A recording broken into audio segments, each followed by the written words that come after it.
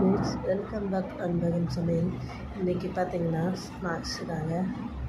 இது நான் செய்கிற கடையில் தான் வாங்கினது. பார்த்தாலே தெரிஞ்சிருக்கும். பானிபூரி நாங்கள் ரெகுலராக வாங்குகிற இடத்துல வாங்கியிருக்கோம். பாருங்கள்,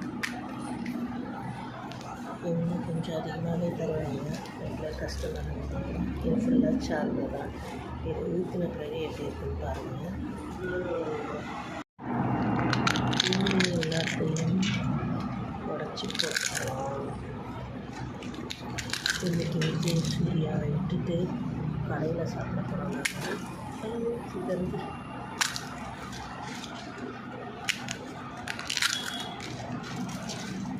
அவ்வளோதான் வச்சாச்சு. நெக்ஸ்ட்டு